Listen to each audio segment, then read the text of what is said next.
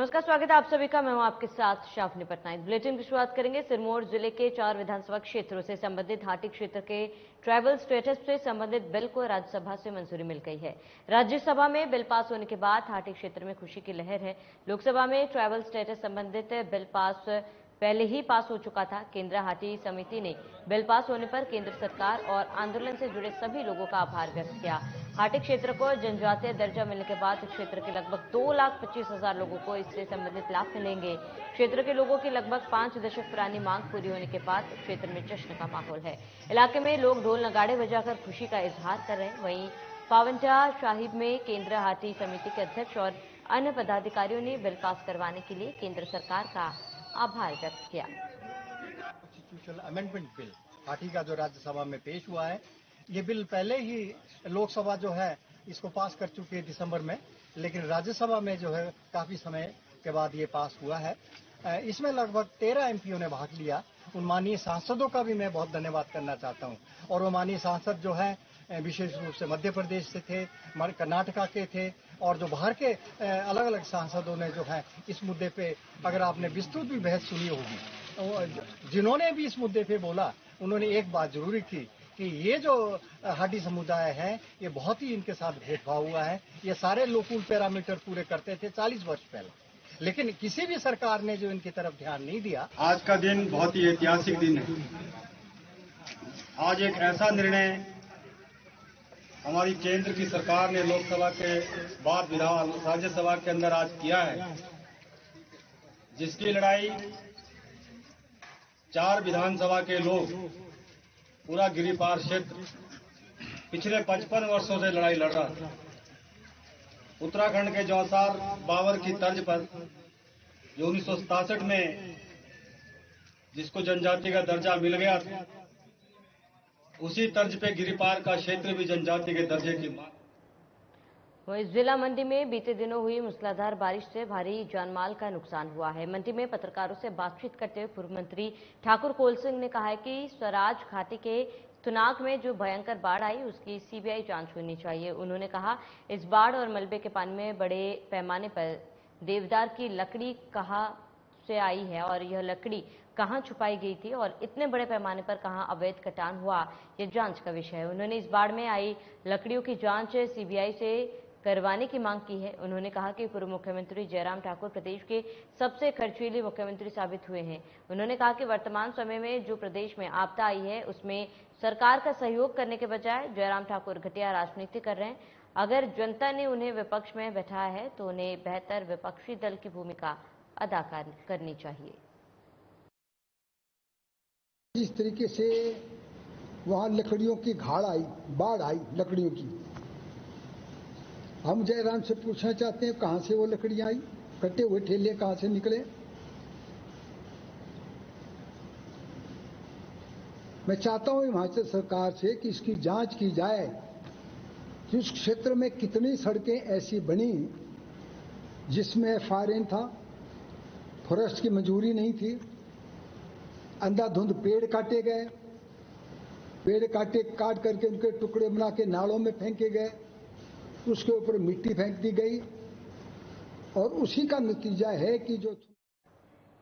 तो शिमला में बीजेपी प्रदेश अध्यक्ष डॉक्टर राजीव बिंदल ने कहा है कि मुख्यमंत्री सुखविंदर सिंह सुक्खू के नेतृत्व में चले कांग्रेस सरकार इतिहास में सदा जनता के साथ छल किए जाने के बारे में ही जानी जाएगी। दिसंबर 2022 में कांग्रेस सरकार सत्ता में केवल इसलिए आई कि चुनाव के दौरान लोक लुभावन गारंटियां दी गई और धोखे में रखकर उनका वोट दिया गया।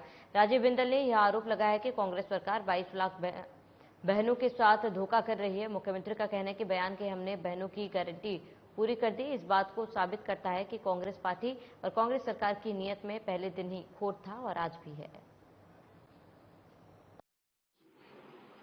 हिमाचल प्रदेश के आम चुनाव में कांग्रेस पार्टी और कांग्रेस पार्टी का हर नेता गली गली जाकर, चौक चौराहे के ऊपर जाकर बड़ी बड़ी गारंटियां दे रहा था। 22 लाख बहनों को गारंटी दी। पहली कैबिनेट से उनके खाते में 1500 रुपए महीना आएगा। कांग्रेस कार्यकर्ताओं ने फॉर्म भरवाए और आज श्री सुखविंदर सिंह सुक्खू के नेतृत्व में बनी कांग्रेस की सरकार अपनी गारंटियों से भागती हुई दिखाई। वहीं हिमाचल प्रदेश इन दिनों आपदा से जूझ रहा है। प्रदेश के कई इलाकों में लगातार हो रही बारिश की वजह से तबाही का मंजर जारी है। इस बीच हिमाचल प्रदेश की राजनीति भी उसी तेजी से बरकरार है। बीजेपी मीडिया प्रभारी करण नंदा ने कांग्रेस नेता कौल सिंह ठाकुर के बयान पर पलटवार किया। उन्होंने कहा कि कांग्रेस नेता सुंदर सिंह और कौल सिंह ठाकुर को सोच समझ के बयानबाजी करनी चाहिए। उन्होंने जिस प्रकार से नेता प्रतिपक्ष जयराम ठाकुर के ऊपर टिप्पणी की है वो निंदनीय है। जो व्यक्ति आपदा के संकट में जनसेवा के कार्य में दिन रात लगा है उस पर इस प्रकार के आरोप लगाना अशोभनीय है। उन्होंने कहा है कि लगता है कि कांग्रेस नेता कौल सिंह ठाकुर को राजनीतिक से संन्यास ले लेना चाहिए। करण नंदा ने कहा है कि इस आपदा की घड़ी में राजनीति कौन कर रहा है वो जगजाहिर है, वो कांग्रेस नेताओं को समझाने की आवश्यकता नहीं। पार्टी हिमाचल प्रदेश का मानना है कि जिस प्रकार कांग्रेस के वरिष्ठ नेता सुंदर सिंह जी और कौल सिंह ठाकुर जी ने नेता प्रतिपक्ष एवं पूर्व मुख्यमंत्री जयराम ठाकुर जी के ऊपर टिप्पणी करी है वह निंदनीय है, तथ्यहीन है। और जिस प्रकार जो आरोप और प्रति आरोप का एक क्रम कांग्रेस पार्टी में चल रहा है वह निंदनीय है, अशोभनीय है। हमारा ये कहना है कि जिस प्रकार से ये बयानबाजी करते हैं ये तथ्यहीन बयानबाजी है। शिमला नगर निगम की मासिक बैठक हंगामे से सराबोर रही। बीजेपी पार्षदों ने शिमला शहर में बीते दिनों हुई पानी की किल्लत को लेकर हाउस के अंदर जबरदस्त हंगामा किया। इस दौरान बीजेपी के पार्षद अपनी कुर्सी से उतरकर जमीन पर बैठ गए और सदन के अंदर ही सत्तापक्ष के खिलाफ जमकर नारेबाजी करने लगे। इस दौरान बीजेपी पार्षद सरोज ठाकुर ने कांग्रेस शासित शिमला नगर निगम पर पानी के आवंटन को लेकर सौतेला व्यवहार करने का आरोप लगाया। वहीं ढली वार्ड से बीजेपी पार्षद कमलेश मेहता ने कांग्रेस शासित नगर निगम पर पानी के आवंटन पर वीआईपी ट्रीटमेंट देने का आरोप लगाया है।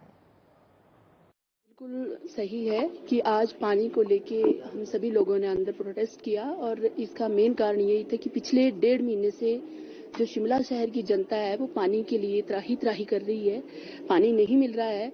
और जैसा कि हमने पेपरों के माध्यम से प्रेस के थ्रू ही ये पढ़ा था कि कुछ एक वार्ड हैं जिनमें टूटू मजियाट का नाम आ रहा था कि 8वें और 9वें दिन वहां पे पानी आ रहा है।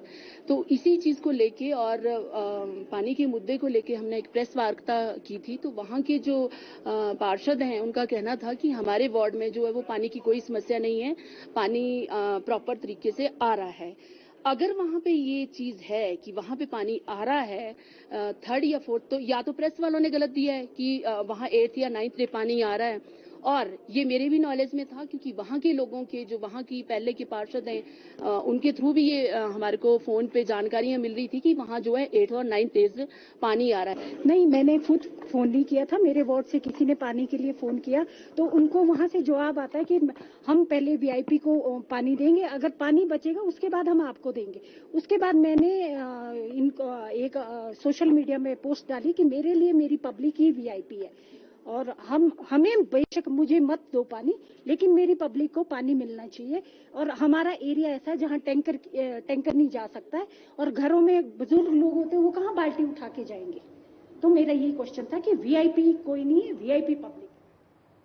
कुल्लू में यूनिवर्सल टीकाकरण कार्यक्रम को डिजिटल बनाने की कवायद शुरू हो चुकी है। इसके तहत आज क्षेत्रीय अस्पताल कुल्लू के सभागार में स्वास्थ्य कर्मियों को यूविन पोर्टल का प्रशिक्षण दिया गया।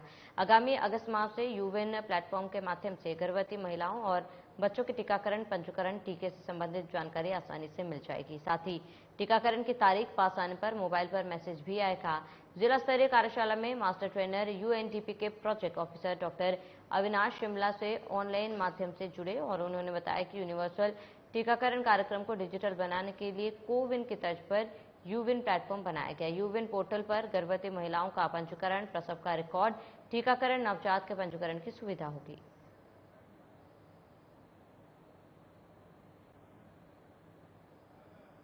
मिशन इंद्रधनुष जो है उसके तहत आज ट्रेनिंग उसके तहत जितने भी हमारे पास अंडर इम्यूनाइज्ड और जो अनइम्यूनाइज्ड प्रेग्नेंट मदर्स हैं, बच्चे हैं, उन बच्चों को आइडेंटिफाई करना है और ये 3 फेजेज में होगा। एक 7 दिन अगस्त में, 7 दिन सितंबर में और 7 दिन अक्टूबर में। उसके तहत ये अगर हम यूविन की बात करें तो इसमें 2 चीज़ें इन्वॉल्व है। एक हमारा कोल्ड चेन पॉइंट, और दूसरा हमारा जो इन्वॉल्व है। हिमाचल प्रदेश में आई प्राकृतिक आपदा ने पर्यटन इंडस्ट्री की कमर तोड़ दी है। होटल में 1 से 2% बुकिंग रह गई, जबकि तबाही के बाद अब हालात सामान्य भी होने लगे। लेकिन पर्यटक हिमाचल प्रदेश में आने से अभी भी डर रहे हैं, क्योंकि आपदा के कारण हिमाचल की छवि को काफी नुकसान हुआ। पर्यटन कारोबारियों ने हिमाचल में पर्यटन को पटरी पर लाने के लिए कदम उठाने की मांग की। Tourism industry stakeholder association Himachal के अध्यक्ष महेंद्र सेठ ने कहा है कि कोविड के समय जिस तरह से हिमाचल प्रदेश की पर्यटन इंडस्ट्री को नुकसान हुआ था, उसी तरह का ही नुकसान इन मानसून में हुआ है। वहीं मुख्यमंत्री के प्रधान मीडिया सलाहकार नरेश चौहान ने कहा है कि प्राकृतिक आपदा से हिमाचल को भारी नुकसान हो गया और पर्यटन कारोबार को भी भारी आघात हुआ। देश के जीडीपी में बहुत बड़ा योगदान पर्यटन का 7.6 के करीब जो कंट्रीब्यूशन है, ये एक बहुत बड़ी इंडस्ट्री है और इसके साथ बहुत सारे लोगों का रोजगार जुड़ा हुआ है, चाहे वो पर्यटन व्यवसाय से सीधे तौर पे जुड़े हो या इनडायरेक्ट तौर पे। वो होटल वाले हो सकते हैं, वो होम स्टे वाले हो सकते हैं, टैक्सी वाले लोग हो सकते हैं, और रेस्टोरेंट्स वाले हो सकते हैं, फोटोग्राफर्स हो सकते हैं। बहुत बड़ी चेन है और पूरे देश से भी और विदेशों से भी पर्यटक हिमाचल प्रदेश आता है। इससे एक बहुत बड़ा रोजगार और साथ में सरकारी रेवेन्यू भी जीडीपी में कंट्रीब्यूशन था। टूरिस्टों को कहाँ जा सकते हैं उसके बारे में एक प्रॉपर इन्फॉर्मेशन मिलती रहे, ताकि जो टूरिस्ट अपना प्लान करना चाहते हैं वो प्लान करें।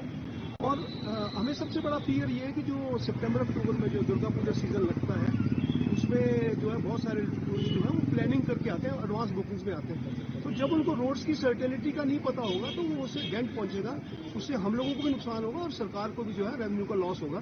तो ये एक बड़ा जरूरी है कि जो भी रोड कंडीशन है उसके ऊपर पूरा जो है डेली बेसिस के ऊपर जो है बुलेटिन दी जाए, ताकि जो टूरिस्ट अपना प्लान कर रहे हैं फ्यूचर टू कम इन सितंबर अक्टूबर। हिमाचल में इस बार मानसून कहर बनकर बरस रहा है। इससे जान और माल का रिकॉर्ड तोड़ नुकसान हो चुका है। चिंता इस बात की है कि अगले 1 अगस्त तक भी बारिश से राहत के आसार नहीं। मौसम विज्ञान केंद्र शिमला ने आज और कल के लिए भारी बारिश का ऑरेंज अलर्ट जारी किया। प्रदेश में अगले 48 घंटे के दौरान चंबा, कांगड़ा, शिमला, कुल्लू, मंडी, बिलासपुर, सोलान और सिरमौर जिले में भारी बारिश हो सकती है। इसके लिए ऑरेंज अलर्ट जारी किया गया। इस दौरान कुछ स्थानों पर बादल फटने जैसी घटनाएं भी हो सकती है। इसे देखते हुए जनता को सावधानी बरतने की अपील की गई।